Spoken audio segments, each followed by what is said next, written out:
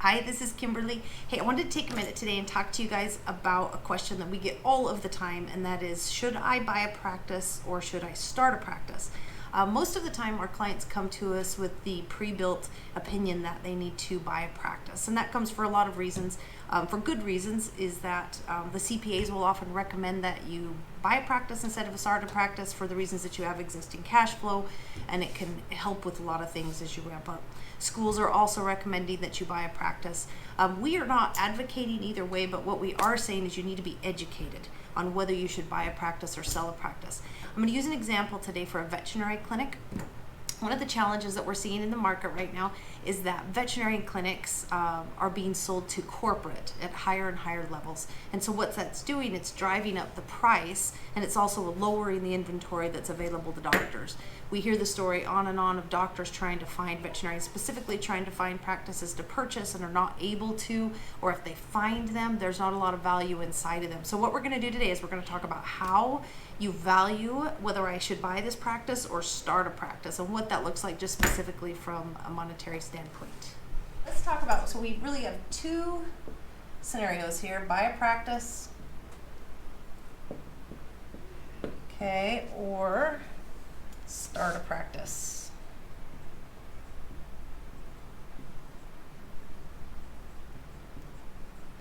So when you purchase a practice, there's some basic components that you're purchasing.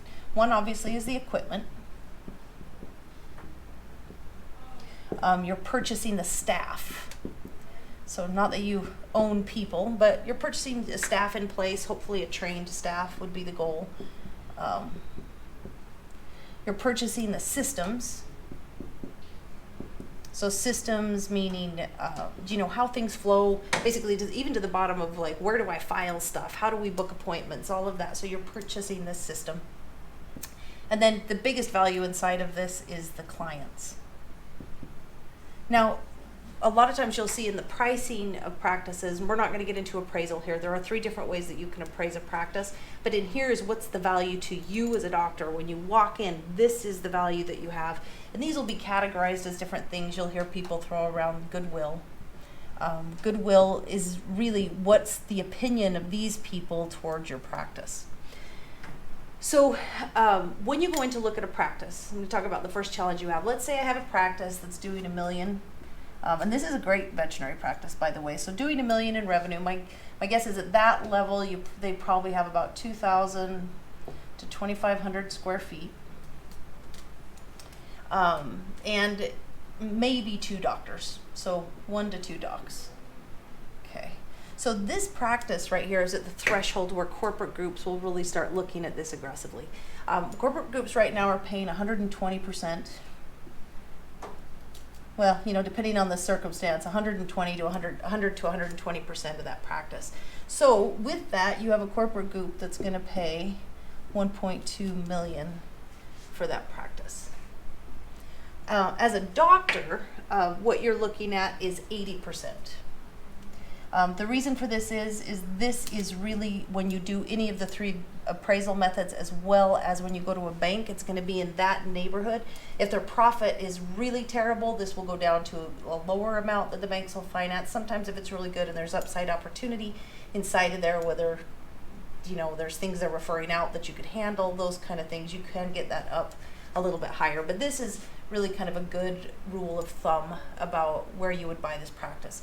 So the first challenge that a doctor has in buying a practice is now you can buy that practice, for $800,000. You can see that. You can buy that practice for $800,000. Corporate can buy that practice for $1.2 million. So what you're asking that doctor to do is take a $400,000 loss to sell to you. So that is your first challenge. If a doctor spent this time up, and there are a lot of doctors who would prefer to sell to a veterinarian, but sometimes this number is too much for them. And so, these are a general example, but that kind of gives you an idea. Is the first hurdle you have to get over. You have to find a viable practice, and then you're competing against somebody who could pay substantially more for the practice than you, and is not dependent on this value that the bank will lend on and will assign. So let's go back in and let's look at what you're actually purchasing inside of this practice. So let's say that 1 million, you're not going to be able to find it typically. So what we do see go up for sale are practices at around 600 to 800,000 in production.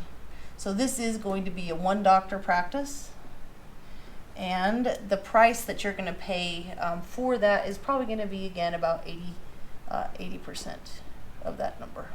So at 80%, you're going to pay somewhere in the neighborhood of $640K for this practice. So at this, let's go look at what you're going to get inside this practice.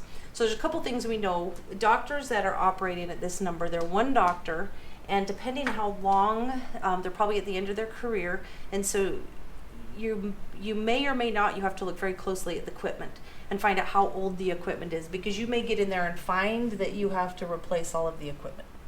You may have a couple things that work as far as x-rays, but one of the things you run into is just with technology and the platforms that are there, even in the veterinary software that you use, to interface your radiology, any of that, this may be obsolete, which is more common than not. Inside of, your monitoring systems, your anesthesia, and all of those things. So that may or may not have a value. Most times in this size of practice, there's not a very big value here. Usually the doctor has completely depreciated the asset. You may be able to limp along with this for a year or two, but you will end up replacing this. Second one is your staff. So you're going to come in and you're going to have a staff that has probably been with this doctor for many, many years. It can go either way. As I'm sure many of you know, there are a lot of problems with morale inside the veterinarian world, and it takes pretty strong commitment to be able to address those. So when you're looking at the staff that's there, more often than not, the office manager will have a very close relationship with the doctor, and so she or he may or may not stay.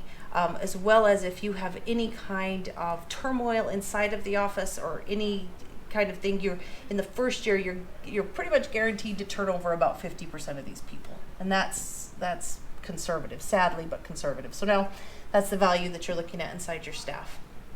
The next thing of value that you're purchasing are the systems.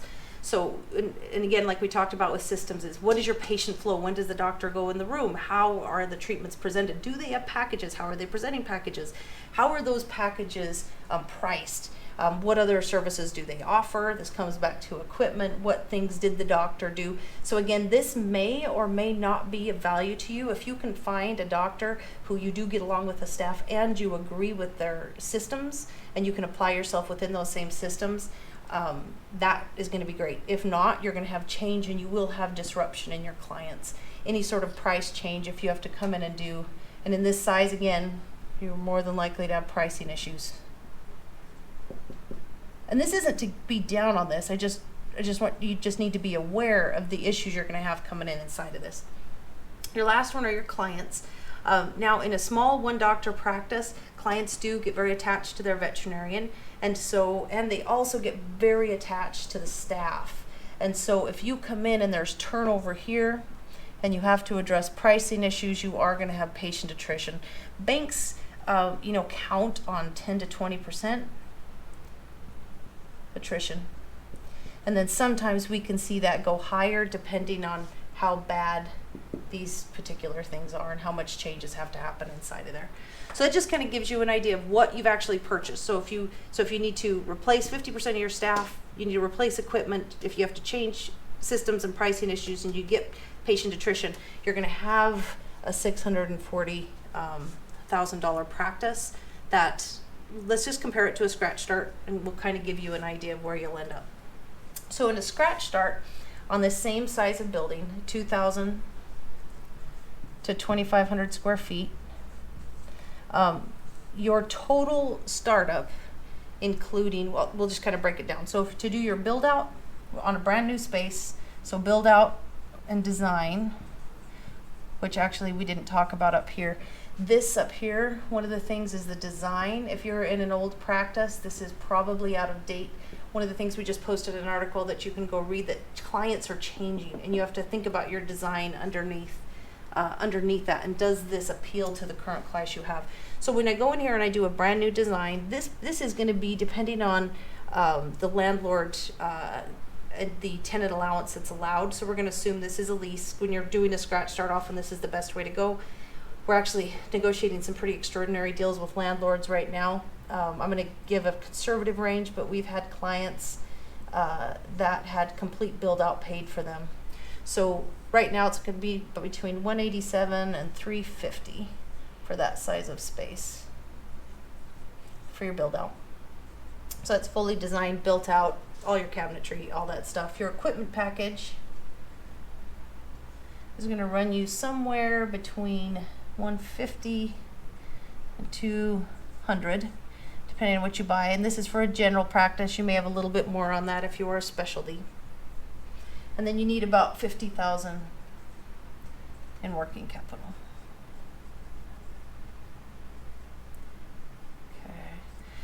We always recommend, and you'll need this up here too, but in a scratch start, we always recommend about 35,000 for marketing. And this gets all of your website, your Facebook, gets your initial introductions out, all of your ads, everything that you do is super important to not forget that. And then the other thing on side of this that I want you guys to be aware of is location. So when you're looking at this, if you are in a bad location, you can't fix that, and you may need to move. So another thing to keep inside there. So this one also, when you're positioned correctly, location can add, let's put this on here. So location can add 20% to 30% to your patient flow, your new patient flow. So all that said and done, you're going to be anywhere in the neighborhood to completely start this practice from about 350K to, well, let's probably say closer to 500K all in for a brand new space, all of your stuff, working capital that pays your salaries, and the marketing that's going to bring that patient flow in. So we can estimate the number of patients that are going to come in based on your location. And so we can go into that a different time, but that will kind of give you an idea of how long. That's one of the things you want to look at. So if I've got 2,000 active patients, how long would it take me to get to that number based on the number of new patients and referrals that I can bring in? So that's what it is today. So when you do pay this premium, you want to make sure that this premium that you're paying when you buy a practice, you have looked at staffing, you've looked at systems, you've looked at the clients. Is this a real active number? And then can you carry that equipment for a while? And then that variation in price may very well be worth it, and that also you've considered your location. Hey, thank you so much for watching. We're so grateful to have you here listening. We are passionately committed to your success. And if you have any questions in particular about this or any of our other content, please leave a message below, and we look forward to seeing you soon.